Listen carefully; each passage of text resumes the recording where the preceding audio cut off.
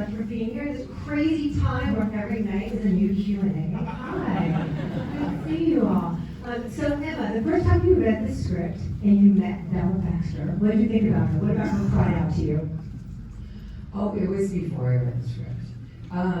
It was after we shot The Favorite, Yorgos told me about this, and it's based on an incredible novel by Alistair Gray.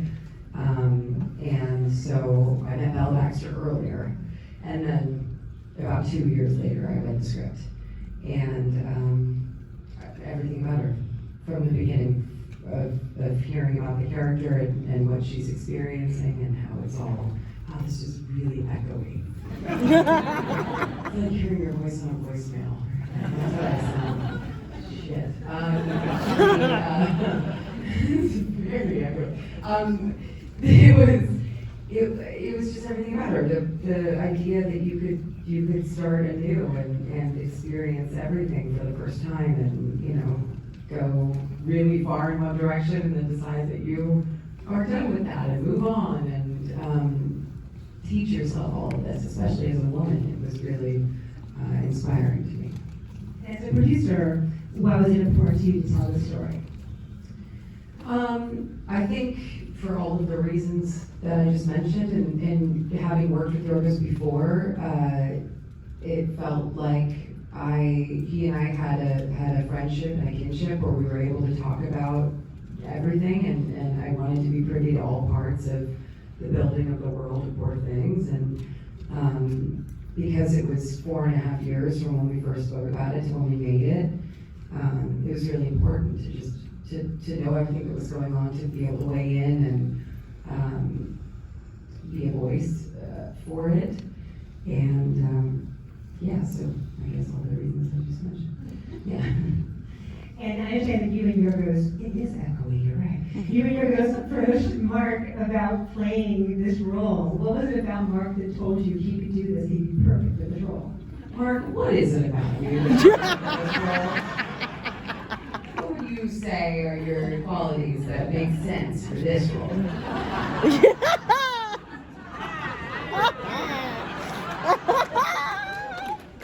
Just the top 10. 5. Do I have to hand you the mic? Is there a mic for you? I was waiting for the mic. Thanks. I feel like the better question is Marc, how did you feel when approached for this role? Maybe I should ask you that instead of what qualities do you think? I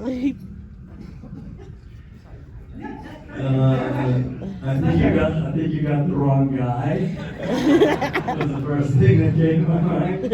Shouldn't I be reading for Max? Yeah, I really didn't see myself in this part. To be totally honest. And I said that to Yorgos, and then he said, "You're him." And that was the end of that discussion. Pretty much. Do you remember it like that? I don't remember the but I might have been a one-on-one.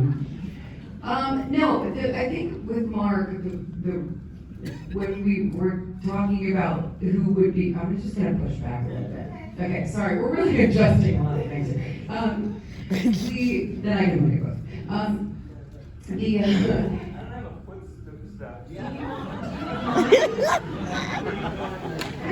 want to switch? I'm okay not to have one.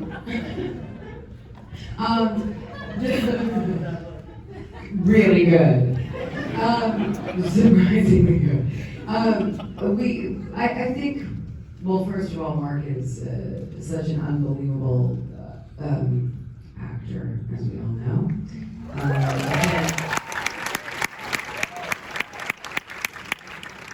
I've been lately,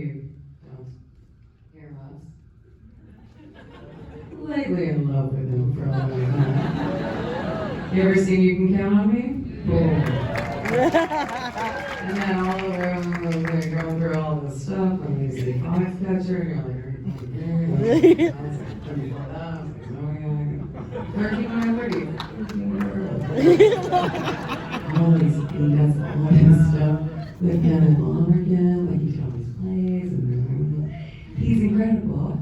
And everything, not everything, but a lot of what I've seen him do was like very earthy and, grounded. And then reading Duncan, I think we were just thinking like, can you imagine if this empathetic, lovable part of a man were to play this deeply narcissistic, toxic male? And he was like constantly, going through all of this, and how layered and complicated that would make the character, because you just love him even though he's such a buffoon. And then Mark was like, that's a bad idea. And then Marcus was like, no, it's not. He was like, okay. And so every day was kind of like a flip between him going, ugh, this is terrible, it's so bad, what am I doing? And then it's like rolling, and he's like, hello! Like, it was so crazy to watch the dichotomy of like, he's in one extreme to the other extreme the whole time, so committed and so good, but then he's like, no, why am I doing this? And it was incredible. Yeah, so anyway, I mean, it was obvious, it had to be Mark. That didn't happen. Which part?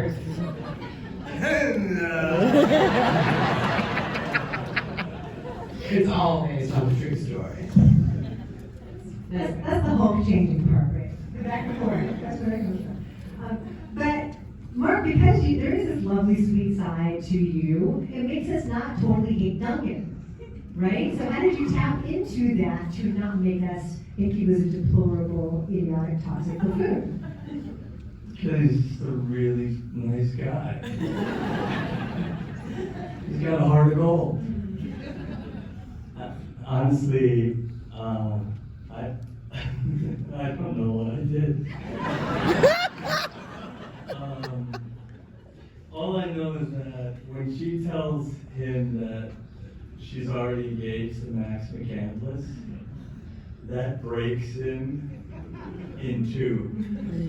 And he just never really recovers that. It's a straight tongue after that.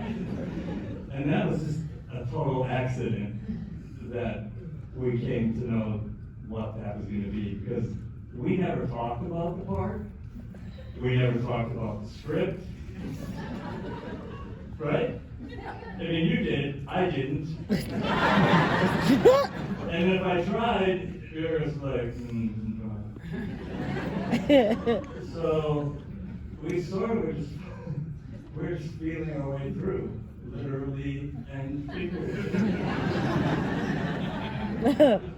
Not figuratively. That has been so fun and so freeing, compared to everything you had done prior to this. Like, what thing did it trigger in you that was like exciting to tap into?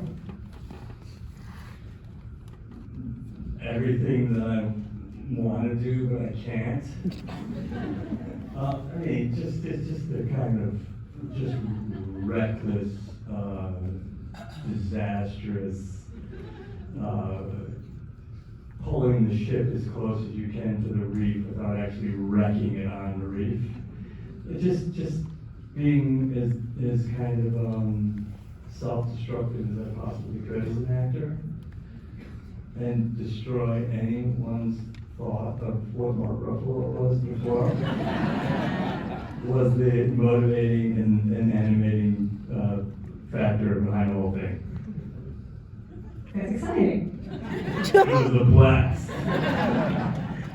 What you're both doing is kind of like pulling the boat too close to the reef. But what you're doing as well now is so raw and so exciting and so distinct from one stage to the next as far as Bella's evolution. So what was the most challenging of all of those stages for you?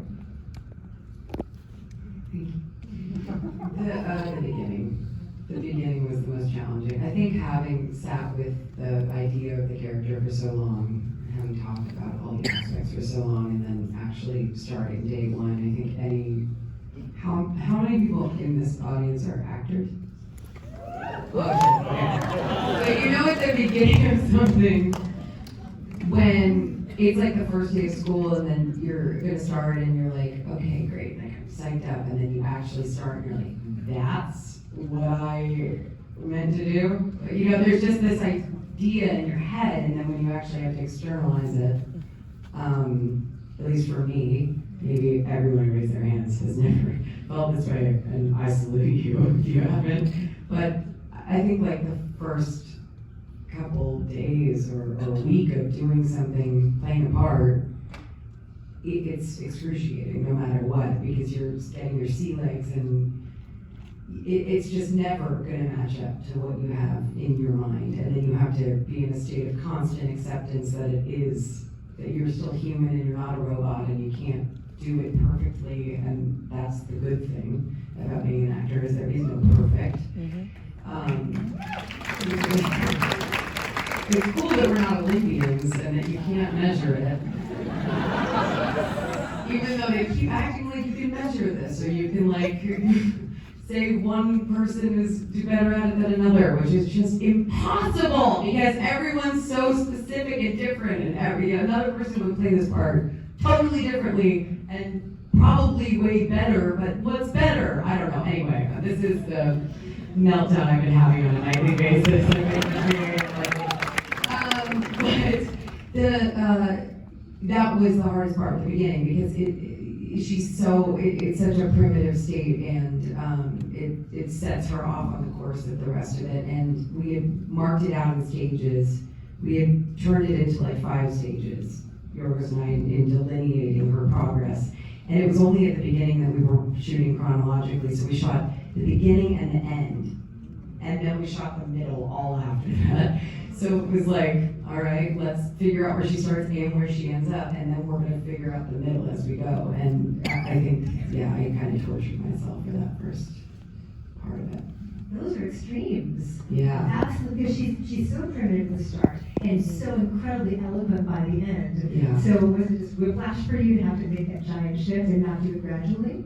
Kind of. I mean, we had worked on it, we had rehearsed it, we had sort of figured out how she walks, how she talks, what the dialogue was with Tony, and working out all of that, and the script was so beautifully written that it was like you could figure out the way her speech is evolving, but her, I don't know, internal sort of stuff, it was an interesting thing to jump between those two without knowing the middle yet, in actual practice. Yeah, and duck involves too. You know? Ducking devolves. No offense. Yes. It's fascinating. I just kind of watched it. Like, he begins to adopt her language, right? He's so swaggering and so confident, so sure of himself, and then he's like needy about the furious jumping, right? And then that's fascinating to me, how that dynamic shifts. Can you talk about that a little bit? Yeah, you know, everything about Duncan is kind of this projection or some manufactured idea of what he thinks a man should be, or I'm free and I'm in a free love and I'm, you know, these petty bourgeois. He sees him as this libertarian, but what he really is just a super conventional, totally insecure, vulnerable baby man. And once he finally, I think, really is confronted with love, it all just falls apart. And all of his bravado, all of his masculine macho stuff is really just covering the most terrified, you know, broken, hungry, desperate, you know, sad person. Sound familiar? Ooh.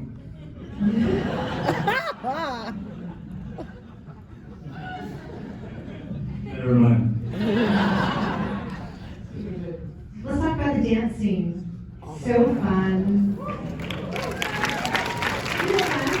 This is a little microcosm of their relationship and of how everyone regards Bella, right? They're all like drawn to how fiery she is. And they like jump after her and control her and put her in a cage. I want to hear about choreographing it and blocking it out, and what that shooting that section was like? Constanza McCross, who did the choreography on The Favorite between Rachel Weisz and Joe Alwyn in that scene, Keenan came to Budapest where we were shooting and brought dancers with her, and we rehearsed and came up with all of these moves, and Yorgos would kind of watch and be like, oh, yes, no, whatever, or what would feel right to us, like would she be, feeling this way at this point in the story, or how would he come into it and all of that. So we rehearsed it quite a lot for a very long time for how crazy that scene looks. You would think it would be a little more refined, but that's not the characters. But yeah, no, that was a blast. Did you have fun with that? A little. I had, when we were doing it, it was the most fun ever, but learning it was very difficult for me. Why? It wasn't? Yorgos told me I was a terrible dancer. But that's why I was so good. You're a terrible dancer. Oh, but that's why you're so good. It's all like a pulse. It's like a Zen koan. It's like one hand clapping. I get it. Yeah. It was, it's their whole relationship, really, in a physicalized performance. And it was so much fun. And it was so crazy. And, we knew the dance moves, but at the end of the day, how those characters really behaved was what we've already been working on for so long. And so the dance was really an extension of them, but also what we brought to it in that moment. So it does feel very spontaneous. It does feel improvisational, because we were just playing the relationship at that point. We weren't really thinking about the dance anymore. We were just playing the relationships. And then it devolves into this fight. We didn't know what that fight was going to be. It was like, you jump on him, and you get on that guy, and then you guys will end up here, and then a bunch of background people are going to run in and try to pull you away, and then at some point you guys got to run off, and that was basically how we blocked that scene. And it was just chaos. And it was a wide shot. We did it in one take, and it's like, we probably did it twice. Never mind. No, I was just gonna say there is one point where Robbie, remember, he said, because Yorgos doesn't shot list, Yorgos and Robbie, Ryan, our DP, they don't shot list. So like at the beginning of the day, they're sort of like, all right, well, maybe we'll go here, and then we'll figure this out from here, which is kind of amazing for how visual and how, composed everything is, that they don't shot list. So at one point, Yorgos is like, all right, Robbie, let's just get in there, like with a handheld, but it's a fisheye handheld. And I kicked Robbie, and they kept it in the movie. When I got on the guy's back, Robbie's like, ooh, here I go, and I was like, oh, accidentally kicked Robbie, and they were like, let's keep it in. So it was more than one shot, and I did accidentally kick the camera. But that's fun, it's part of the kerfuffle, Oh, yeah. Magic movies. Wow.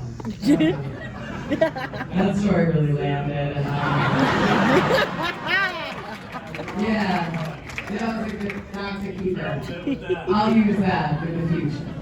Thanks so much. That's my type 5. You mentioned how composed it all is. Like, this world is wondrous. Every detail is so specific and so wild. How did all the production design help you guys get into character and tell the story?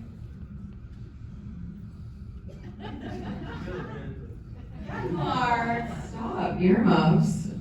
Oh my god.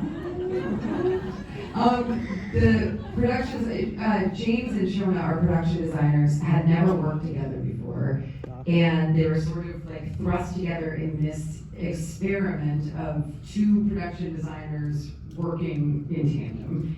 And the world that they created was so unbelievable. All of it, I would say 95% of this film is on sound stages that were built, with the exception of, there's one outdoor scene where God and Max take Bella to see the outside world, and then Lisbon was built inside, or the Lisbon dance scene was built inside of this sound stage. Other than that, everything was built. And it was just like a true wonder to behold. It felt like it looks on screen. It was larger than life and so detailed and just beautiful. And for me, you know, playing Bella, to walk through all of these environments and see them in that way, because it does feel to me like it's how Bella sees the world. You know, it's obviously not the world as it is, although none of this is the world as it is, because the whole thing is not, it can't really happen. So, you know, it was all very fantastical from the beginning, but it was so incredible to look at all of this through that lens, and it was beautiful. Do you want to add anything to that? I thought you did. You nailed that. Thank you. See?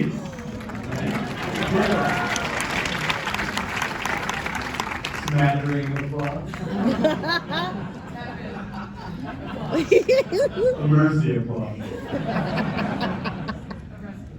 I want to ask about costumes though, but I want you to answer that one Oh, too. I Can you talk about costumes. costumes? Oh, yeah. Followers, like we talk about it, like wears too. I had, first of all, the costumes were pretty amazing, but that was a big part. So we were rehearsing, and then we'd leave rehearsal and go to a costume fitting and then come back. We had 3 weeks of rehearsal. And never did we talk about the script or the characters. We just played theater games for 3 weeks. Heck yeah. Right? We did interpretive dancing in slow motion and fast motion, both forward and backward. We wrestled, we sang, we wrestled, we danced, and we rolled around on the ground. And it was the most informative rehearsal process I've ever been through in my life. But while we were doing that, we were cutting away to go to these costume fittings. And those costume fittings started to tell you everything you needed to know about the character. And it was very collaborative. So Holly, who had also never done a movie. Oh, she had? She told me she never did a movie. Was she just saying that to me? Wrong movie. I got confused. She seemed like she never done a movie. Only the best way. We're very fresh.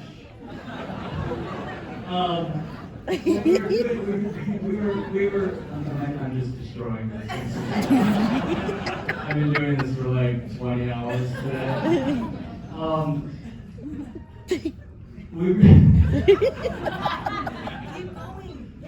Okay. Thank you. These costumes were sort of telling you everything, and they were so beautiful, and we were able to collaborate during the whole thing. So at some point, it's like, I think I want to wear a corset. Do you want to wear a corset? Great. We'll get you a corset. Do you want to wear it? I want to wear it all the time. I think whenever he takes his clothes off, you should see his corset, because he's very cares about his figure. And then like, well, how about some butt pads too?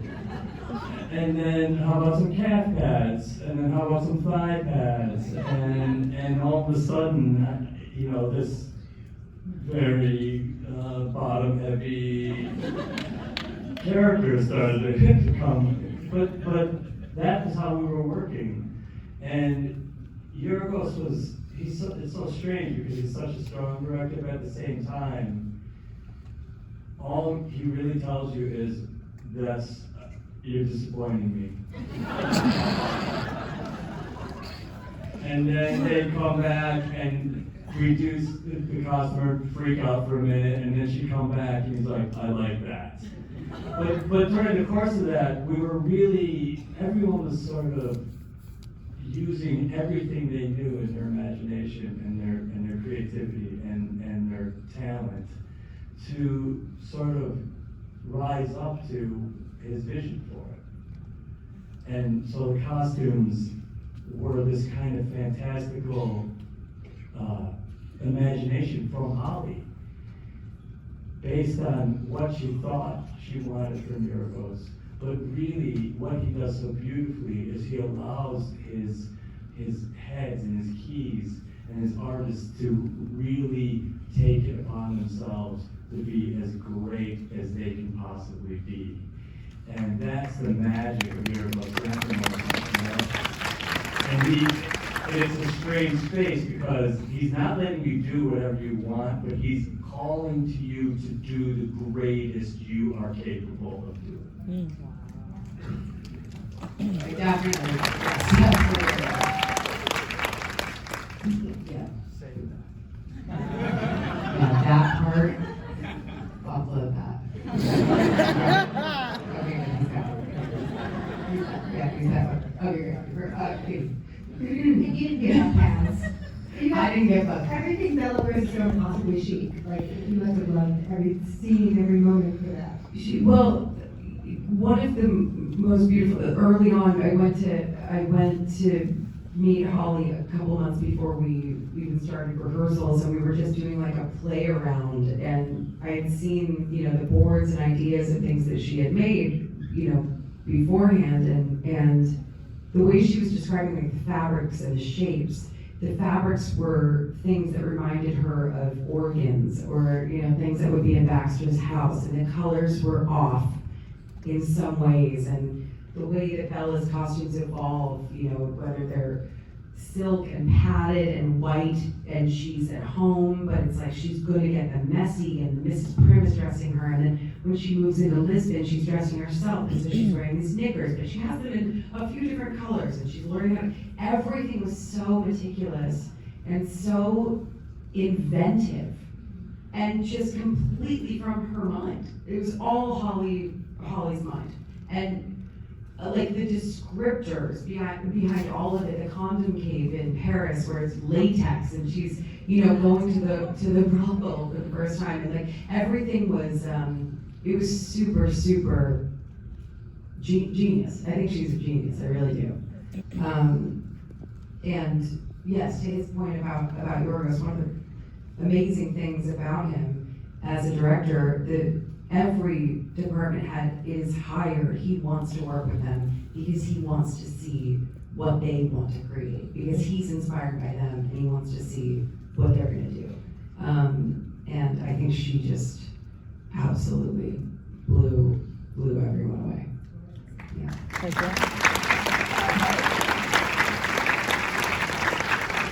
One quick thing, and then we'll take a few questions and then get to go on. What was the most fun day on set? The dance was pretty fun, even though we were exhausted, because it was 2 days and we did it like 150,000 times, I think. 151,000 times. But that was really, really fun. That was a blast. I thought that whole sequence where you come in and you're giving the money away. Oh, yeah. And then I try to throw her overboard. The ship stuff was pretty fun. Yeah. Throwing her overboard was, I had 105 fever. Not 105, Mark. It felt like it. Mark had a fever. You can, but you have to tell him honestly, Mark. You had like 99.6. And you were like, look, I have a fever.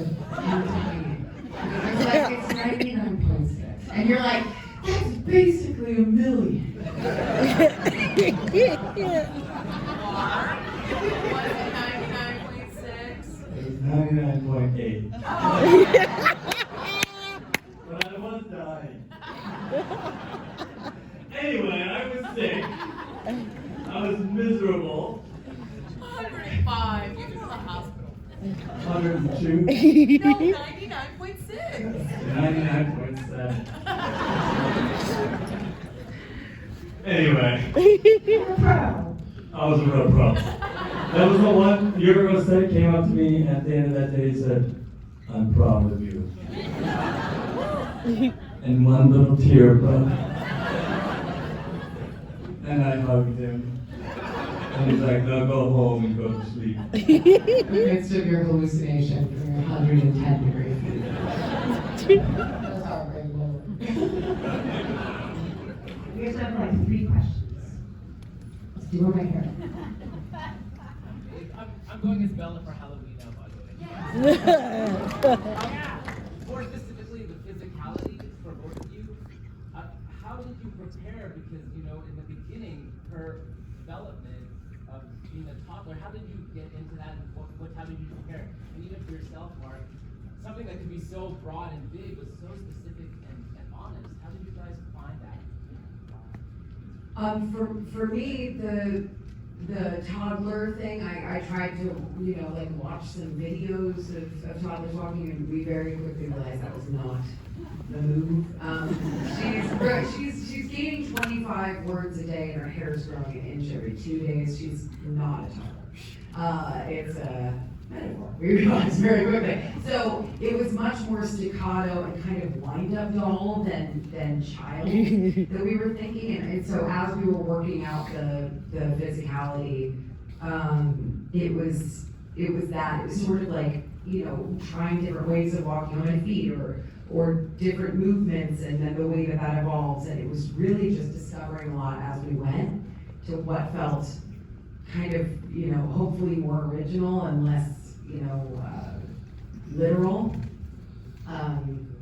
Yeah, so it was just a lot of experimentation. Mark. Thank you, Emma. So I Your think, fever was 105, I'm sorry. no, I was just like, how am I gonna go home and answer to this? I'm sorry. No, it's okay. Like, I think that my favorite acting style is one foot on a banana peel and the other in a grave. And so for me, it was trying to maintain that kind of splits, and to see how far it could go up physically, and be kind of push the limits, like I was saying, but at the same time trying to keep one foot on the ground in the grave, so to speak. And because of that rehearsal process and really getting to explore kind of the physical world and some of the references that Yorgos was giving me, which were these dance companies, Panya Bosch and Peeping Tom dance company, this Belgian dance company, I got an idea of how far I could take that physically, but also just didn't want it to go over the edge, but wanted to see how far I could. And it goes over the edge in some places, but you know, we pull it back, you know, relatively quickly. So yeah, that was the plan. Anyway.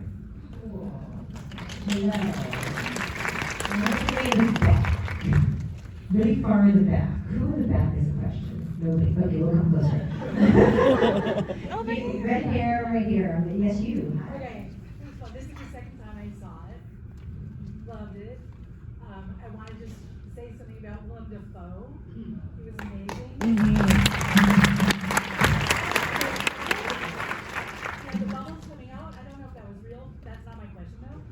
Maybe you can comment on that, but you really, both of you, and especially you, Emma, you put yourself out there. I mean, you were completely open, and how do you prepare for something like that? Be naked and just like full, just like everything. I mean, you know. Being naked is easy to prepare for because you just take off.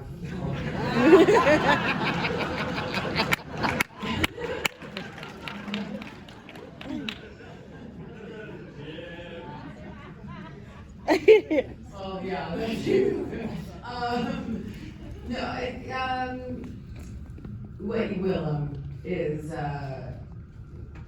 we love him very much, and he's just as much as Mark was like the total opposite of Duncan, and not that Willem's not the opposite of Baxter, but he's like the most obvious choice ever. You read Baxter and you're like, it has to be Willem.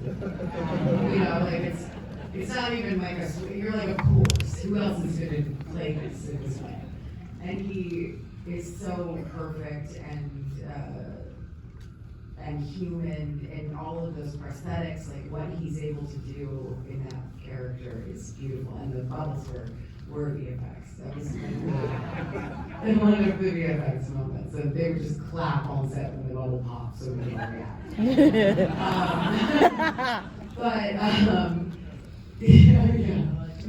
it was fun. Yeah, no, in terms of the preparation or for putting yourself out there, I think for me, obviously never having done anything like this to this extent before, I guess everything is sort of, to me, in anything I've done in service to the character and what the character is going through and the way that the story is going to be told, and I loved the way that the story was told and was a big part of how the story was told. So for me, it was, I don't know, I guess it wasn't that challenging. And again, it's easy because you just, all you do is how did you feel? I had a much harder time with it. I had my corset.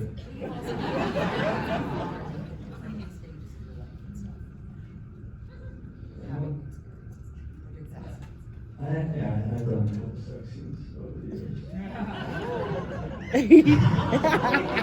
No, not. It's always kind of, it's much better if it's a comedy than if it's serious. Oh God, I'm sure. It's so much better. Yeah, having to do like serious sex scenes is just, I mean, you're actors, you've done it, it's not like that awesome. Maybe you should ask yourself why.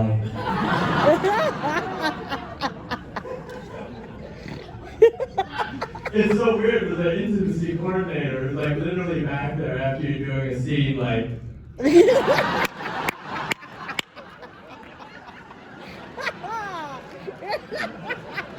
Totally getting me too, but intimacy coordinator. You know, like. Okay, I'm done. She was amazing. But yes, it is. One more. Let's do one more. In the brown sweater right there, glasses. Yes, you. Hi. I noticed that there's a lot of names in the movie, and I picked up on a lot, and I noticed that you sort of talked about it a bit, but I was just wondering what's like the main thing that you want people to take away when they watch this? That is a very good question, and one that, unfortunately, I do not have an answer to personally because, well, a couple things. There are a ton of themes in this movie. Oh, sorry, she was saying that there are a lot of themes in this movie. Tell me if I'm misrepeating this. There are a lot of themes in this movie, and she picked up on multiple, but was wondering what we wanted the audience, or we individually, or as a collective, wanted the audience to take away as like the major theme of this film. And it's a great question, and yes, there's a lot going on. There's a lot of themes within the book, and there's a lot of themes in the film. The film and the book have you know, a good amount of differences in the way that it's presented, and which I think is typical a lot of the time for films that are adapted from books. But that's a hard question to answer. It's twofold. One is that because there are a lot of themes, there's lots of different lanes to go down, so it would be hard to answer with one major overall one. Secondly, part of the sort of Yorgos world, if you've seen multiple films of his, is asking more questions than it answers. And one of the things that I think he really loves in his storytelling, and one of the reasons why I'm drawn to his storytelling, is that it sort of leaves it open-ended for the audience to have many different feelings about all of it, and none of them are wrong. It's like, some people are like, this part too much, fucking hate it. Some people are like, that part was the most meaningful to me. that part that they just said they hated, and everyone comes from different backgrounds and has different experiences, and all of it is valid and understandable, so I would be doing it a disservice, I think, to say what I hope you take away from it. But yes, there are a lot of things, and this feels like I'm evading and deflecting, and, you know.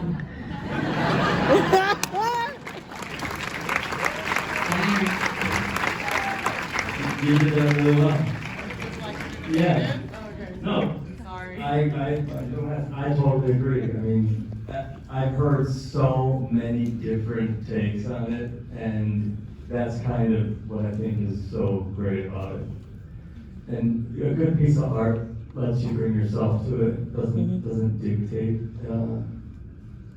a feeling or tells you what you're supposed to take away from it, I think, and that's something that is really important to Yorgos, and I've heard say that more than once, so I hope you guys each had a good experience.